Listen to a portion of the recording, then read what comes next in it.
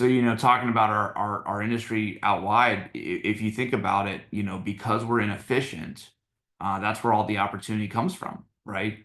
And it's w- we have to remind ourselves that what seems obvious to us just isn't obvious to most people. Most people just aren't going to organize their finances, and they're going to carry credit card debt, and they're going to make bad spending choices, and they're going to that's America, right? And they're not going to save enough money, and they're not going to open up Roths, and they're not going to take advantage of matching contributions at their job. They're not going to have enough life insurance. They're just not going to have these things in place because they don't know who to talk to, where to turn.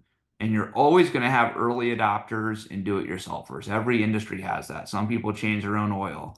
Some people take it to a service place. Some people do turbo taxes. Many people go to some sort of a tax professional.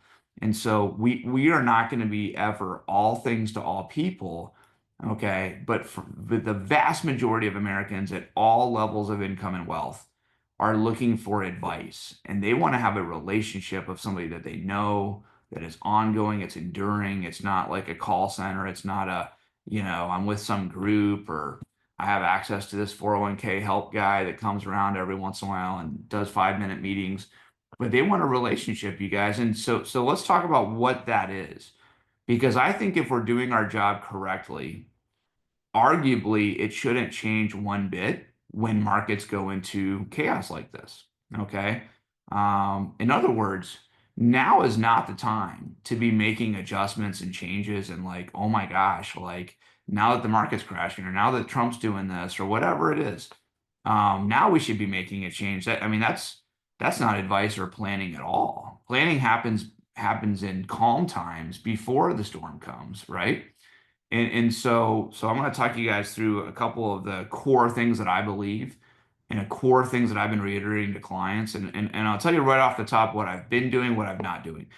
I think if you're going to be serious in this business, and I think if you're going to be managing people's money, you have to be able to have a educated conversation about what's happening in the world, right? You don't have to be an expert on all things, because nobody is.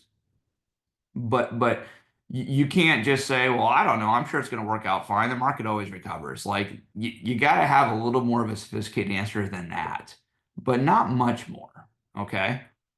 And so let me just put a couple things in context, right? So by show of hands, or not show of hands, just shout it out. How much do you think the market is down in this current bear market right now? And let's call it the S&P 500, the market. How much do you guys think it's down right now? Just shout out a number from the all-time high. 12%. 12%, okay. About 10. 10, 11. 11. So you guys think I'm setting you up to like tell you the answer is like less than you think it is. The answer is it's down 16% as of 10 minutes ago from the all-time high back in February. It's down 9% since this, I'll call it a disastrous rollout of these Trump tariffs, right? And that's including today's pretty sizable update. And so, like, guys, this is manageable. Like, this is what we sign up for if we want. And I'm going to show you just a couple charts here in a minute. But like, if we want the excess returns that stocks provide, the price of admission, the toll you have to pass through, is you have to be able to stomach some of these bouts of volatility, and they're going to come out of absolutely nowhere. And every time we have a market correction, it's going to be a different reason. It's going to be a different explanation, and you're always going to get people on TV that say, I know we've been through things like this before, but this time is different, and this time is never different. Okay? It never is. The reason is always different, but the dynamics are always going to be the same. Okay?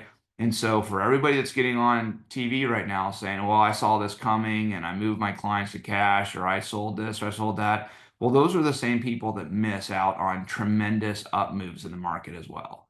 And so all the heroes out there today that, weren't losing like everybody else last week, well, they're not gaining like everybody else this week, and you're going to have major swings. And, just to give you guys one of the dynamics is, the biggest updates in the market, and I think I even said this last week, and if I didn't say it on this call, I've said it to 15 people, but I'm like, the market's not going to go down 5% a day, day after day after day. Okay. Like if that happens, we're going to be at zero in like 2 weeks, right? The math just doesn't work.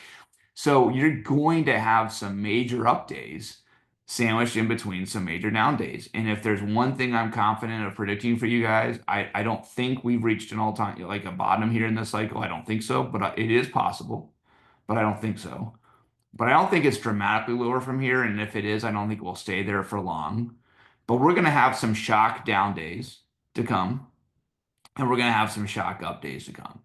And it's going to be this is everything's going to hinge on news and this deal's happening, this deal just broke apart, and it's just going to be so here's what I've accepted, and I'll be honest with you guys, it took me the better part of 12 to 15 years to like really actually accept this, because I bought it hook, line, and sinker. I used to be confused on my value, and I thought I started with this premise, which is, well, everybody can buy no load mutual funds and invest in their 401(k) and get on E-Trade and all these things on their own. So the only reason somebody should work with me is if I can bring some sophisticated, fancy strategy to the table that, they can't otherwise get outside of me. And there's a sliver of truth to that, but only a sliver. And the truth is, and so I kind of got down the rabbit hole of like complicated products, and then I got into tactical strategies and market timing, and everybody people know enough to not call themselves market timing, so they'll say things like, "I know I can't time the markets, but," and then they try to give you, Alec and I have a client like that. I know we can't time the market, but I think we should go to money market right now. Like, yeah, it's kind of funny, right? And so the reality is you guys just have to embrace the proper planning, the proper allocation on the front end is going to alleviate a lot of issues. So let me tell you a couple big things off the top. Big thing off the top. Neither myself or any of my clients have lost one penny of money in the stock market that they need in the next 3 years. Period. Full stop. Okay. So that's job number one. I don't have any clients that don't have at least some of their money in the stock market. But I also don't have any clients that are taking income from this like bouncing up and down market environment, hoping it works out. And believe it or not, that's most of America. That really is. And so we're going to talk about a couple strategies as we get into today a little bit. But I know that I need to have the safeguards in place before we go into, needing income close enough. And that gets into annuities we can use, and, different strategies on Goldman Sachs or FMAX, or the use of money markets and savings accounts and all those kind of things. And so the last thing I'm going to tell you before I show you a chart here is, I was just writing this down as we talked about. Everybody knows that you should buy low and sell high, but I can tell you from 25 years of experience, and I've done better than most with investing on my own. But I've made some pretty big mistakes over the years, as well, and learned some hard lessons. You guys, actually buying low and actually selling high are two of the hardest things to do in the world of business. Okay. And let me just spend a moment on that. Actually buying low is incredibly difficult to do because almost by default, in fact, in every situation, that requires buying when markets are in complete turmoil. So the market is a discounting mechanism. It's always trying to price in future events. Okay. So when we think growth is going to continue, the market's rising in anticipation of future growth. Okay. If we think a shock to the system, a recession, a slowdown is coming, well, we're going to sell to bring valuations down to get ahead of, okay, if we go into a recession, earnings are going to come down, multiples are going to contract, and we're going to be at a lower overall value in the market. You guys, that's the reason the market sold off.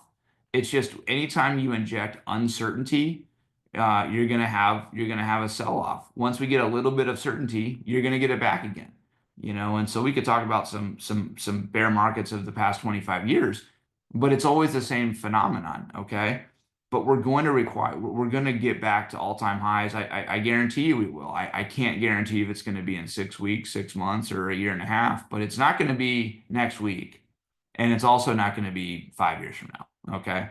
But it's really hard to buy low, okay? Because you're by definition, it looks like everything's in a free fall, or at best, things are super rocky and uncertain. But that's one of the reasons why having automated investment plans are so valuable. I personally put money into the market at least three different times a month, and sometimes I add a little bit extra on top on a certain, whatever's going on. But I spread my buy-ins every 10 days or so because I can't time the market. And so I'm just continually buying as markets go up, and I'm continually buying as markets go down. And that's my antidote, and that's my antidote on behalf of my clients. You all know as well as I do, people are going to save more when it's automated versus when they have to write a check or make a deposit or go on log in and make a contribution. Like that's you're just making that so much harder for people to do. Well, it's also really hard to sell high. I'm terrible at selling high, guys. I'm probably better at buying low than I am at selling high because I'm an optimist. But like when I see the market and funds and certain positions I have like up massively, my inclination is like it's gonna probably continue at some point. And I mean, you guys might, I mean, just an easy example that you can all relate to is I bought Nvidia at like $20 a share. And so now it'd be like $200 a share because it had a split. I mean, the amount of people that came on at $300 a share, $500 a share, 700, and said, "Well, now you should sell." Like it's already up a ton. I sold some. I just let it ride, and it went all the way up to like 100, like $1,500 a share. Now it's down to like $100 a share. Well, I mean, I know for a fact it's going to go back up beyond 150 at some point. I'm just not going to time that out very well. And so my antidote to that is I don't have money invested in the market that I need for anything. I mean, guys, I'm writing some really big checks right now as I'm getting all this office finished out, and final payments are due for furniture and delivery and this and that. And like I don't have that money. That money's not been sitting in like an NASDAQ fund, like hoping I can get a little bit extra return on this cash while I wait. That would be insanity, right? It's all been sitting in a money market account earning 4.5% interest. And so the money I need is there for me when I need it. Okay. And so when we start understanding how to use the market for our clients, we can manage a lot of the risks that come with the market. Okay. And so let me show you guys a couple slides I think are really impactful for today's conversation. And then let's get into a bit of a discussion here. Um, so let me just show you two slides. I mean, like you probably have had a lot of wholesalers sending you all kinds of stuff. Let's see here. Let me time me out of this thing here. So I thought this chart was really good. And I'm only going to show you a couple of things here. So this is one of those things. So let me make this a little bit. That's a little too big. Let's talk about stocks. Okay. Stocks outperformed asset classes over most of the time. This is a great chart because it doesn't go back to 1926 or, World War II, things that are like so irrelevant in today's life. So this goes back from 1979 to 2024. What is that? 45 years or so of data. Um, so inflation, so basically they're saying $100,000 just at an inflation rate is 457,000.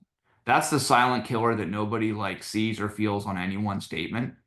And for all the people, all the infatuation with real estate and all that, and I bought my house for 400 and sold it for 650, all those stories you hear, believe it or not, on a national average, real estate has done better than inflation, which I think is healthy long term. It's one of the cores to the bedrock of real estate and people owning homes and all that. But it's not been a wealth accumulation tool. It's a storer of wealth, not a builder of wealth. And so residential real estate, gold, everybody loves to talk about gold when it's outperforming everything else, which happens in times of uncertainty.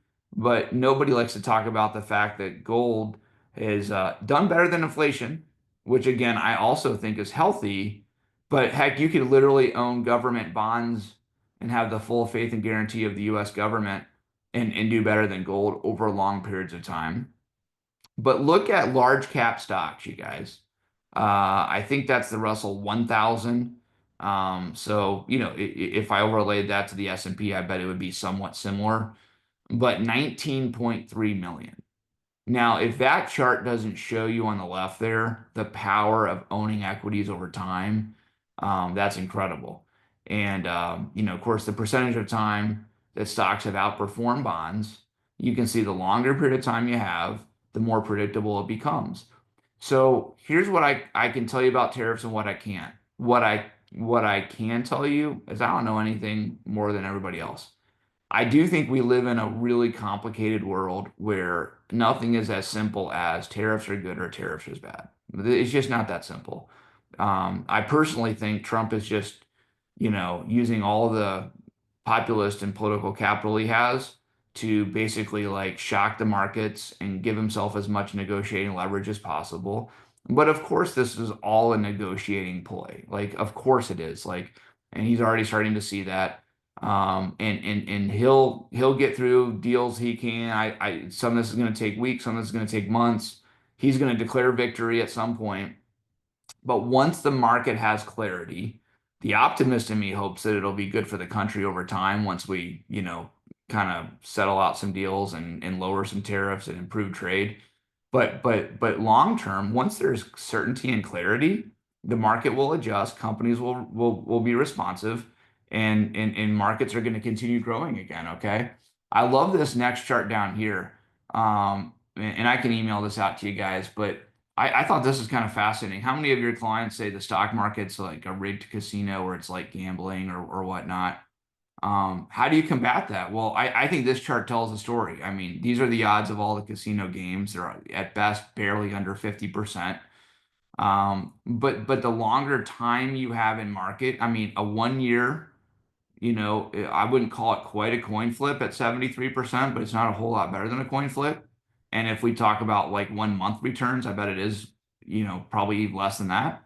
But look at 3 year rolling returns, 86% chance it's positive. 5 year returns, 93% chance. Over 15 years, they have 99.9. That's probably a compliance thing. Basically, you're bulletproof in 15 years and pretty much are at 10 years, right? And so if we can control the asset allocation of our clients, in other words, we need to keep them in stocks and I'm going to go back here to this prior change. Why do we need to keep our clients in stocks? Well, nobody knows what's going to happen with inflation. Nobody knows. I think there's a credible argument that tariffs will reduce inflation, and I think there's a credible argument that tariffs will increase inflation. And the truth is, neither side knows for sure because there's way too many dynamics to print out. But here's what I know in both cases if inflation lowers, okay, that's going to be the mechanism that the Federal Reserve needs to lower interest rates. And if they lower interest rates, that's incredibly bullish for stocks because it makes the cost of borrowing money cheaper. It increases, business expansion and investments and all sorts of things. But if inflation rises, your only antidote to it is stocks. Okay. Because if, in a super easy example, if Apple's selling iPhones for $1,000 and all of a sudden there's a 25% tariff and they make it in China and whatever, and all of a sudden the iPhone costs, $1,250 or $1,300 to sell or to produce, do you think they're going to like just take that up and say, well, we'll just eat into our corporate reserves for the next couple of years and hope the tariffs come down? Or do you think they'll pass along the price increase? They'll pass along the price increase and their revenue will keep growing and their stock will over time will keep growing. Okay. And so inflation is your hedge or stocks are your hedge against inflation because they can outpace the rate of money growth. Well, bonds are fixed income, right? They're by definition fixed. And so if you buy a bond at 5%, you're getting 5%. It doesn't matter what's going on in the world around you. And as long as that issuer doesn't default, you're going to get your money back, but you might lose your shirt to inflation over time. So we've got to keep our money, our clients allocated to stocks. And I think I said last week The two things I've probably done for my clients that have added the most value over time as I've gotten them to save more money than they otherwise would have saved. And Alec, I think your commentary was great about that. And I've gotten them more allocated to stocks than they otherwise would be. I was on with a kind of nervous Nelly client last night because they're getting close to retirement. And of the $500,000 or 550 I manage, 400 is in a RILA and doing really well right now, and about 150 is at Goldman Sachs. And I said, well, we're down, I was pulling up her chart like 15 or 16%, or actually, I'm sorry, she was down 12. And this is before today's bounce. I'm like, so the market's down about 20 and you're down 12. So right there, we're, because we have you mostly allocated to stocks, but a little lower volatility stuff, and there was some balanced funds in there. But I said over the last 5 years, you're up 45, even with this 20 or this 12% loss right now. She's like, oh, okay. Well, I feel better about that. And you just put things into context and you understand like we're using the power of equities to really grow people's wealth. And so let me just pause right here. I know I've just thrown a lot of like kind of numbers and data, but I mean, you guys kind of clear on this or any questions on this?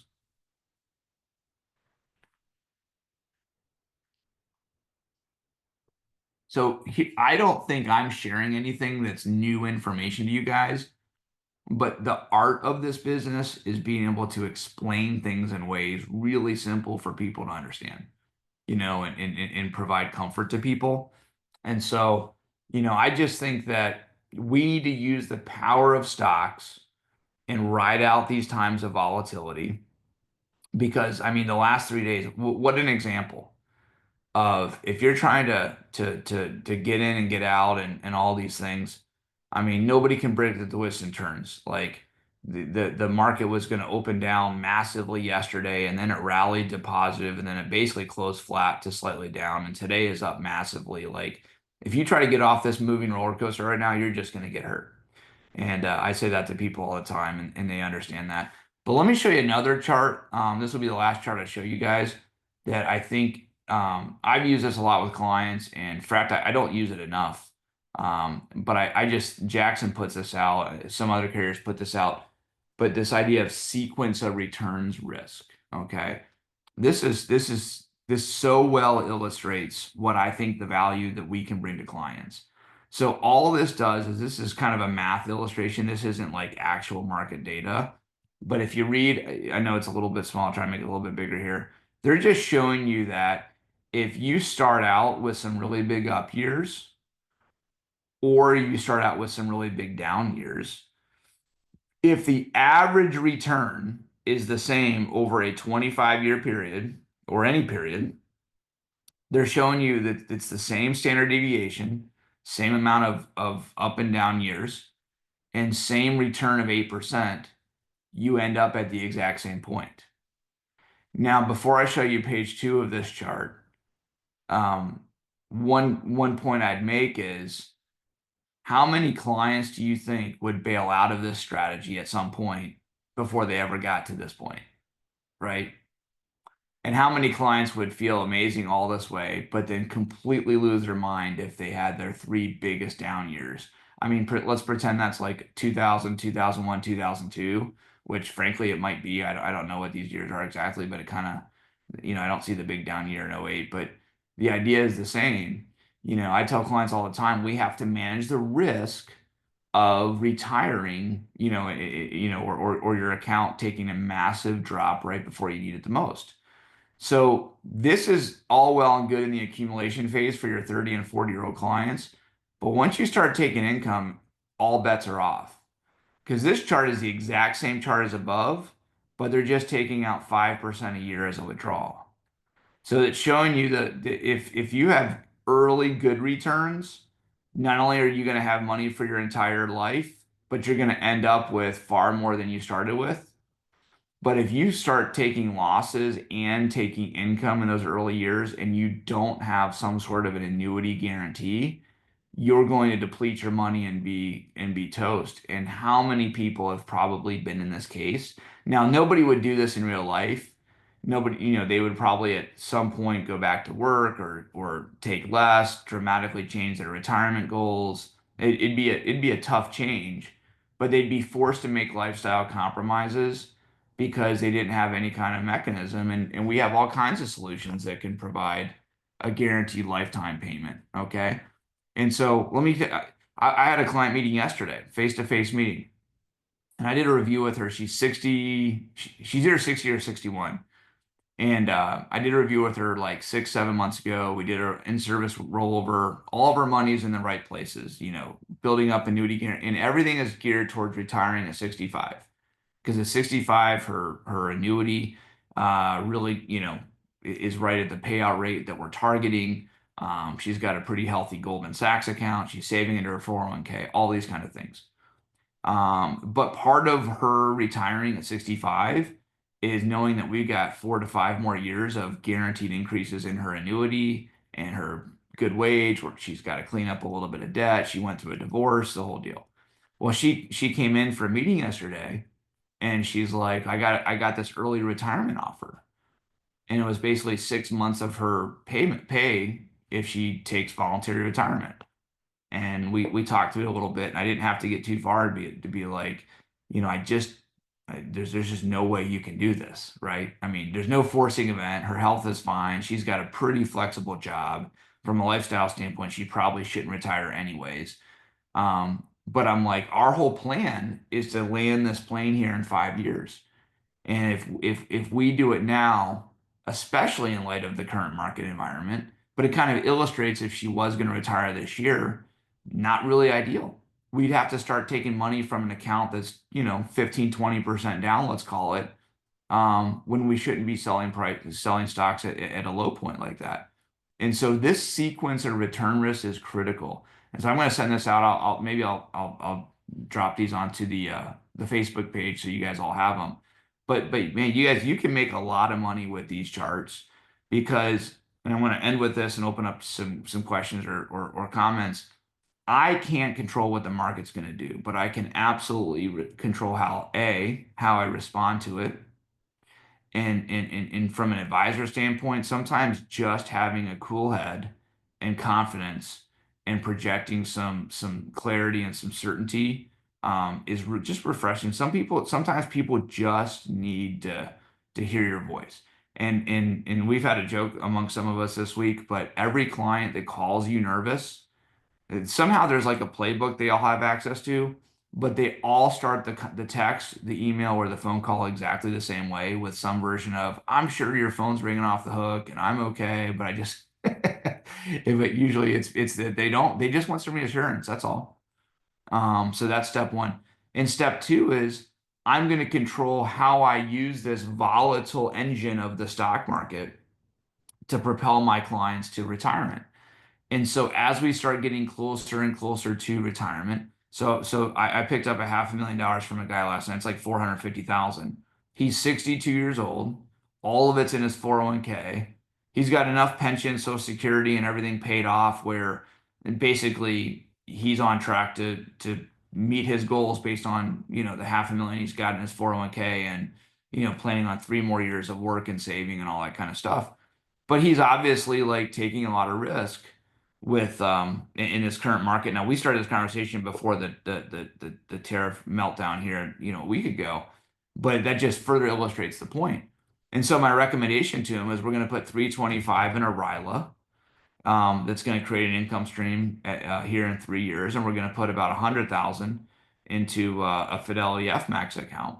And so that FMAX account, I built him a model that's like close enough to 60% stocks and 20% or 40% bonds, although I'm using some Calamos in there and a few other things, but basically showed him on that how, hey, I can kind of build a portfolio here that's a lot more sophisticated than what your current 401k is. And by the way, just as a quick sidebar, having the proposal was a game changer in terms of me selling that. And I can do that in a separate training. We can circle back around to that. But I personally would have been able to pick his 100 grand up in Goldman Sachs by just talking through strategy and credibility and all that. But having the proposal that shows the allocation helped me point to some data points and really distinguish that from what he can do in his current 401k. and it definitely, I mean, it was a wind at my back, and so I love that tool. But then the RILA annuity, I'm like, hey, here's how this works.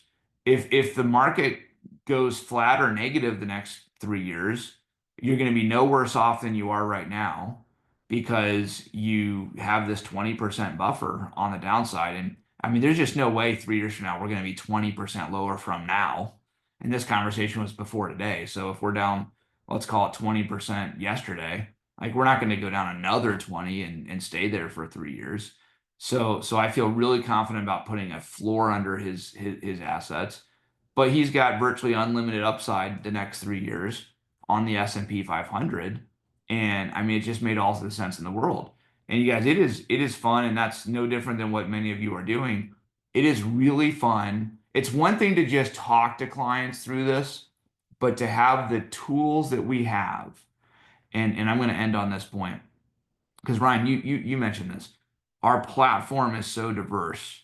You guys, I can't imagine just being an RIA and just managing money because the RIA camp, basically their antidote to market volatility is basically having 3 to 4 years in short-term bond funds and money markets for the next 3 to 4 years worth of withdrawals and keep everything else in stocks and longer-term bonds. And I'm like, I do a lot of that, but to not offload some of this to an insurance company and have an absolute guarantee that not only will the market, fluctuations not affect your income or your spouse's income, like if you have the ability to just completely guarantee that, I think it's crazy to just hope that the long-term market averages continue to work in your favor. I mean, that's crazy. And on top of that, it gives my client license to take more income out than he otherwise would. Because a 5% guarantee withdrawal rate, and it's a little bit better than that, but for argument's sake, let's say a 5 to 5.5% guaranteed withdrawal rate for joint income starting at age 65. If we didn't have the annuity guarantee, he'd only be taking out 4% at most, which is what every RIA is going to tell you. Can't take out more than four, and three is even better. I mean, that's an extra like $500 to $1,000 a month in this guy's pocket for the rest of his life, on top of the peace of mind. So, like, guys, that's why I'm having so much fun. I just love having the tools that we have access to, and getting to a position where you are able to, and maybe we can dig more into RILAs next week and circle back to that, because like I'm finding myself pivoting back and forth constantly. You guys, the two biggest tools in my tool belt are some sort of an income play, which is typically like a RILA, with an income rider if I need income, or if it's just a risk management play, it's just a RILA on its own, combined with an investment advisory account, because that's how I manage my entire book of business. And then when I need life insurance, that's kind of like the second, that's kind of like a separate conversation, to get that in place. But my entire book of business is managing, like, accumulating assets on advisory accounts and using annuities for either risk management and or income, or both. And guys, if you just get really comfortable with being able to explain these products in a way that's so simple that people can understand them, I mean, there's just no limit to what you can build here. Just no limit whatsoever. So I know I've done a lot of talking there. Any thoughts, comments, additions that you guys want to talk about?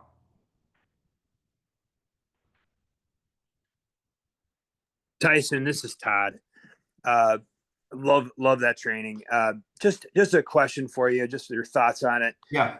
For money moving, not dry powder, but money that is already in the market, been experiencing this the gyrations, from a 401k. I've got several accounts like that, and just like I'm a little nervous to take it in this moment to be like, hey, let's get it out of there, because you miss a day like today, and I feel pretty crappy about it. I know we can't control the 5 or 10 days that it's out. What's your messaging around that? Would you typically want to be selling into strength in those situations? And Yeah, look, there's nothing we could do about what. sure. Well, big picture, anytime I'm making a recommendation to a client, I feel like their money's gonna be better off in something I'm gonna do versus like in a 401k or whatever else, wherever else it currently is. I'd argue if I didn't have that belief, I shouldn't be doing what I do, right? So So number two, I mean, I've got stories for days, but they all kind of blend together. It's hard, it would be hard to give you specific examples, but like I've had some clients that have been incredibly fortuitous with like we sold right before a big drop and then it dropped in here and and then the market snaps back up and you look like a genius. And the opposite has happened. And the longer you're in the business, the more of both of those you're going to have. I will tell you that anytime you can get a client to move money, do it. Because if we go into a prolonged period of volatility or another big drop, I can tell you what I experienced in 01, 02 getting started, but 08 would be a better example because 01, 02, I was so new that it'd be hard to isolate. I mean, part of the factor was the market was going down. The other part of the factor was I looked like I was 16 years old and I didn't have any experience in the business. So maybe that was a factor in them not doing business with me. But when the market's in a free fall, sometimes people don't want to move money because they not because of what you're saying so much, but they just kind of want to put their head in the sand and they don't want to open up a statement and look at the value and they just don't want to do anything. So sometimes if you don't strike while the iron's hot, you'll be chasing that account around for 6 months or a year or never. Um, but from a administrative standpoint, what I would tell you is I always try to move money as fast as possible. So I got in the habit about a year ago, or maybe a bit more. I always overnight checks now, and I used to never do that. And it's kind of crazy not to, right? I mean, hey, we're moving $150,000. Are you willing to pay the $30 fee to over it? No, no, let's not do. Let's just do regular mail. Well, I mean, you guys, regular mail sometimes. I mean, you guys have been in the same deal. Like sometimes it takes 2 weeks for something to get somewhere, and it's 2 states away. There's no explanation for it, right? So I overnight checks when we're dealing with checks. I want to do ACATs or direct transfers wherever possible. So the shortest amount of time I can have in between point A and point B, I'm going to do everything in my power. But Todd, I just accept that I can't, guys. I mean, if I don't have a coin on me, but like I mean, if you the market could be up 3% again tomorrow, or it could go back down 4. I don't know. It's a flip of a coin. I got no clue, right? So, yeah, I just because my general statement to clients is like, hey, it's okay if we sell low and buy right back in low, and it's okay if we sell high and get right back in high. But I'm just going to give you a stat. I don't. I heard this in my car on the way back from something this morning. But it's so I don't know this is a fact, but I'm just reeling what I heard. The guy, the commentator, I think it was CNBC, said yesterday was like the highest volume market day. If not ever, it was like in 30 plus years. Um, and you guys like saw that if you pull up a chart of just yesterday, I mean the Dow like was plus or minus 10% on the day, which is I mean the Nasdaq same thing. Like that's insane. And it just tells you. So think about what happened yesterday, you guys. If the first of all, you'd have to have massive volume to create that amount of volatility. I mean, you got to have massive buying, massive selling, massive buying, massive selling, right? To generate those swings in the market. But think about how many people got annihilated yesterday that probably bought in at the wrong time, freaked out, sold at the wrong time, or whatever. I mean, and got caught on the wrong side of that movement. Now, that's an extreme example, but it just goes to tell you, I can't, and I could even, I mean, half the time you gotta, if you're doing a 401k rollover, you process it, but it's not till market close that day. So you don't know what the final price is going to be 4 hours from now. So I just accept what I can control and it's humbling. And by the way, it's relieving to just be clear on what I can control and what I can't. And ultimately we do the best thing for our client, but over a long period of time, I think that noise becomes pretty inconsequential. Great. That's pretty much what I've been telling people. Yeah, sell high and buy high, sell low and buy low, all that stuff. But just yeah, try to get because it's reaping season right now. I'd be reaping as much as you possibly can. Take advantage of the uncertainty. Take advantage. Get yourself into as many conversations as possible. It's in times of turmoil is where you can really build your business and really create some conversations that maybe otherwise you couldn't have. Any other thoughts on what we covered today? Yeah, I'll quickly chime in. I mean, I'm thinking back of just, the COVID and pandemic time frame and kind of market responses. And really what flushed out in that year was, I think, one of my biggest years, since I'd been in business. And so, you know, to have that under your belt and to know that, it's possible to, like everything you're saying, understand what's going on to the best that you're, able to double down on talking to clients, be in people's faces in a pleasant way. And yeah, so it's reassuring that we can go through as much uncertainty as that brought and turmoil and chaos. We can still come out ahead. We can still come out with bigger businesses. And so, having that, I think, just more perspectives on our team is obviously going to help any of the newer people. So guys, I'd make a huge, I'll leave you with one last thing.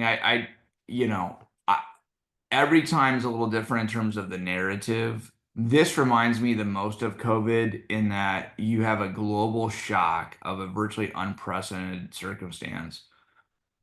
Where it's going to deviate from COVID is the antidote to COVID from a financial market standpoint is every government around the world printed trillions of dollars of money or billions of dollars of money in some cases and flooded the market with liquidity and everybody just used it to buy assets. The governments around the world are not going to do that, but on some similar level, the uncertainty of these tariffs will be resolved in the weeks and months to come. China's probably the biggest sticking point. Who knows what happens there? But deals are going to get struck, improvements are going to be made, but more than anything, here in hopefully 3 to 6 months, people are going to understand the rules of the road and make some long-term business decisions. But let me tell you what's not going to happen. I feel really strong about this. Trump's not going to get everything he wants. His hand's going to be forced at some point. Congress is going to try to take back tariff authority. He can't send us into a recession because then he can't get his tax bill passed because he needs, a recession means everything goes down, growth goes down, which also means markets are down and tax revenue goes down. And he needs that revenue coming in to go through this reconciliation process to get his tax bill approved. And so he can't take us into a bear market. So everybody that tells you he's trying to take us into a bear market so he can, negotiate or lower interest rates or force the Fed to do things, I don't buy into any of that. Nobody wins in a recession or a long-term bear market. Doesn't help anything he's trying to do. And so he's going to try to renegotiate some deals that probably on balance will be positive for us. But the global trade is not going to change a whole lot. Okay. That is such an entrenched, we're not going to start making iPhones in, Illinois all of a sudden. Okay. It's just not, I mean, companies aren't going to start making these huge commitments for factories and all that, only to know that the next administration might undo these tariffs or change it again or whatever else.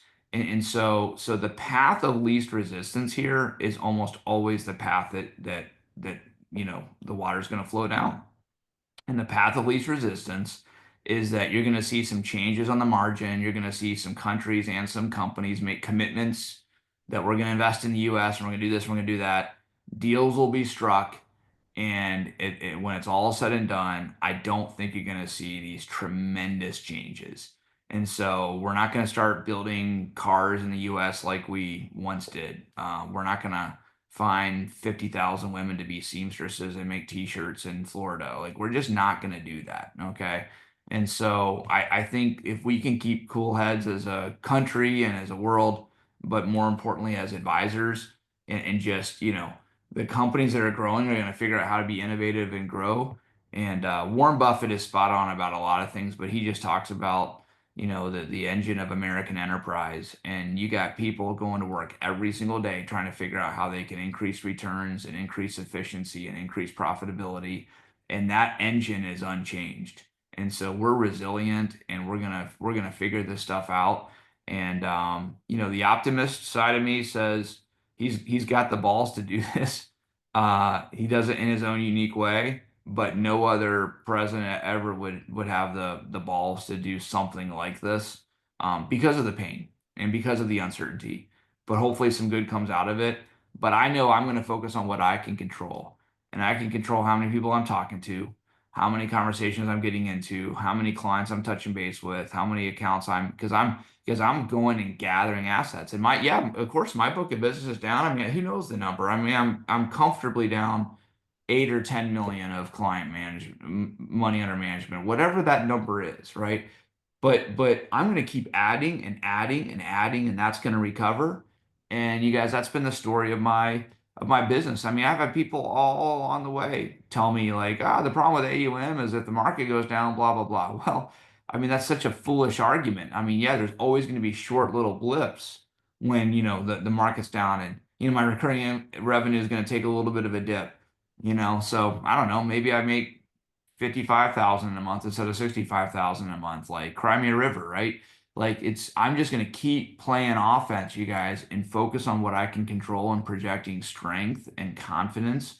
And my challenge to you guys is to do the same and put a little bit of work in to being, being able to competently talk about what's going on, have an educated opinion, but don't get derailed by watching CNBC all day or trying to become a market master. And clients just want reminded and reassured that we're using the engine of stocks over time.